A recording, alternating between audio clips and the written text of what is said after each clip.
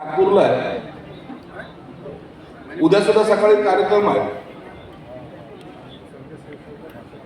परंतु पक्षाचा मेळावा म्हणल्यानंतर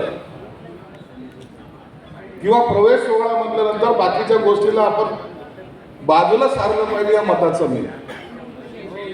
पहिलं प्राधान्य माझ्या शिवसैनिकाला जो या ठिकाणी आलेला आणि ते यासाठी की आम्ही त्या प्रवासातून गेलेलो आहे. तुम्ही मला अनेक वेळेला आता मधल्या काळामध्ये टीव्हीवर मला पाहत असाल, कायदेताईला पाहत असाल, वादविवाद होताना पाहत असाल, तो सकाळचा एक भोंगा वाजताना पाहत असाल, त्याच्यानंतर त्याला उत्तर देणारा मग आहे का आपण त्याला काय आपण काय मागं पुढं पाहत. ज्यांच्या तालमीत आपण वाढलोय, ज्यांनी आपल्याला घडवलं, तो माणूस इतका ताकदवान होता, त्याच्या शिवसैनिक कमजोर कसा असू शकतो. ते आजकाल जे भुंकतात ना, ते खिचखिचतही नव्हते. कधी आमच्या समोर बसलेले सुद्धा आम्ही पाहिलेले नाही. परंतु काही लोकांना नवीन जो असतो ना नमाजी, त्याला 5 टाइमची नमाज पडावं लागते. या मौलाना आहे ना कोई नहीं जो आते हैं ना उसको क्या 5 टाइम की पढ़ना पड़ती ना. म्हणून त्याला या गोष्टीला मैं इसलिए बोल रहा हूं, स्वतःचं महत्व कसं वाढवायचं काही लोकांना छंद आहे आणि आपलं महत्व वाढवण्यासाठी मग हे लोक असे काही प्रयोग करतात. आणि आपली निष्ठा शिवसेना प्रमुखाबद्दल किती आहे, उद्धव ठाकरे बद्दल किती आहे आणि शिवसेनेसाठी आम्ही काय करू शकतो. एक जर मध्ये कधीतरी आले होते एक दसरा मेळाव्याला, यांनी काहीतरी भगवा असं फिरवलं. आता स्वतःच घराघरा फिरायला लागत, कुठं कळत नाही कुठे त्या. दुसरा आपला हा संजय राऊत येणा काय मान हातो असं असं.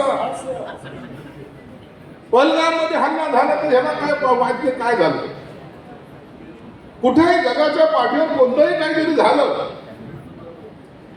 तर त्याला असं वाटतं की मला विचारल्याशिवाय कसं काय झालं. रात्रीची उतरत नसल्यामुळे अशा प्रकार घडतात. आणि नागपूरकरांना चांगलं माहिती, सावजी खाल्यानंतर सकाळी काय होतं.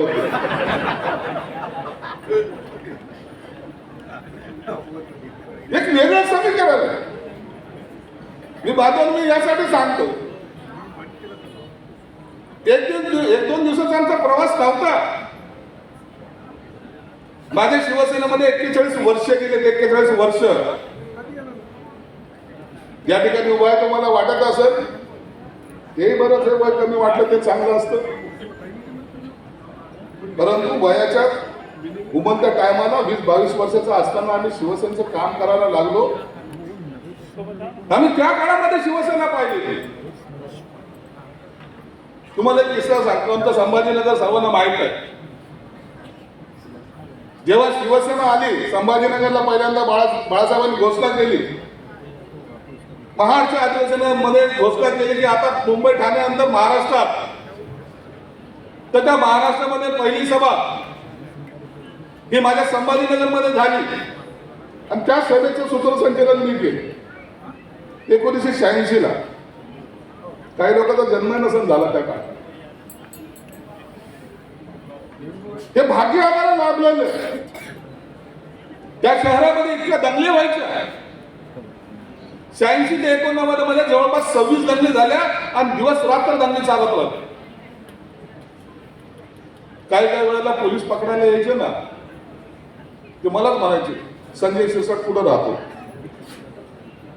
पोलिसांना माहित नव्हतं ना आम्ही काय. काँग्रेसची असलेली मस्ती ही इतकी अफाट होती, कधी त्यांचा सूर्य मावळणारच नाही असं त्यांचं स्वप्न होतं. परंतु त्या काळामध्ये मग आमच्यासारखे पोरं जेव्हा उभे राहिले तर ते पोलीसवालेच पकडायचे, आम्हाला सांगायचं तर संजय शिरसाट कुठं राहतो, मग मीच त्यांना सांगत होतो त्या गल्लीत राहतो. हे वस्तुस्थिती आहे. नेता कशाला म्हणतात हे एकदा समजून घ्या. नेता होणं सोपं नसतं. त्या दंगलीच्या काळामध्ये एकदा शिवसेना प्रमुखाकडे गेले, माझ्याबरोबर आमचे पदाधिकारी होते. पळत लपत छपत कसं तरी मुंबई गाठली. मातोश्रीला शिवसेना प्रमुखाला भेटले.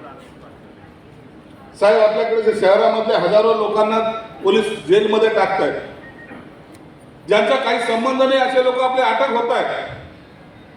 साहेब, त्यांच्या घरावर त्यांचे बायका मुलं सगळे रडतायत.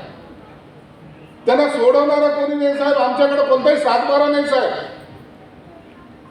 साहेब, आम्ही गरीब सगळ्या कुटुंबातले सर्व पदाधिकारी आहेत. साहेब, तुम्ही काहीतरी करा. शिवसेना प्रमुखांनी सर्व ऐकून घेतलं शांतपणे. त्या काळामध्ये मोबाईल नव्हते. बेल दाबली. पीए आला, त्याला सांगितलं अरे ते शंकरराव चव्हाण त्या काळात मुख्यमंत्री होते. शंकरराव चव्हाणला फोन लाव.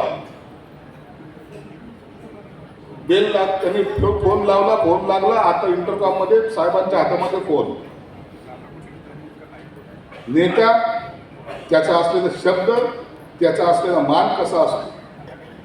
शंकरराव काय चाललंय त्या खडकीमध्ये, त्या टायमाला संभाजीनगर नव्हतं, मला खडकी म्हणायचो. काय चाललंय तिकडं, माझे कार्यकर्ते सुटणार आहेत की नाही, का मला संभाजीनगर खडकीला जावं लागेल. तिकडून शंकरराव चव्हाण काय बोलले माहित नाही. धाड धाड निरोप आले. 65 पैशाच्या तिकिटावर सर्व शिवसैनिक बाहेर. 65 पैशाच्या तिकिटावर सगळ्यांनी बेल. आणि आता काय चाललं, येऊ का सिल्वर ओकला? नाही नाही, आज वेळ नाही. मग संजय राऊतला पाठवू का? लाचारी, किती लाचारी असेल. अरे ते शिवसेना प्रमुख, देशाच्या राष्ट्रपतीची निवडणूक असो का पंतप्रधानाची निवडणूक असो, मातोश्रीवर जोपर्यंत येत नाही तोपर्यंत त्याचं काही खरं नाही. ही ताकद त्या मातोश्रीमध्ये होती. आणि आजची मातोश्री, आता हे संजय राऊतच दुसरी मातोश्री अनेक ठिकाणी जातात. या विधानसभेला तसंच केलं. काय केलंय, या मुंडेला गाडायचं, या एकनाथ शिंदेला गाडायचं, यांना आता नेस्त नाबूद करायचं. गद्दाराला धडा शिकवलाच पाहिजे. भाषण द्यायला लागले. लोकांना गेल्या 2.5 वर्षामध्ये एकनाथ शिंदे साहेबांनी ज्या पद्धतीने काम केलं ना, तो प्रत्येक दिवस लोकांच्या डोळ्यासमोर होता. लोक पाहत होते की हा एकनाथ शिंदे सारखा एक ध्येयवेडा माणूस सकाळपासून तर रात्रीच्या 4-4 वाजेपर्यंत काम करतोय. कधी कधी आम्ही सांगतो साहेब आता आम्हाला झोप यायला लागली, तुम्ही झोपायला जाणार. इतका वेळासारखा काम करणारा माणूस महाराष्ट्राने पाहिला. आणि लोकांनी आपलं मत बनवलं. जे गाडायला निघले होते लोकांनी त्यांना गाडलं आणि शिंदे साहेबांनी जे 40 ते 50 होते ते 60 करून दाखवले. हे ताकद त्यांची निर्माण केली. आदरणीय एकनाथ शिंदे साहेबांचं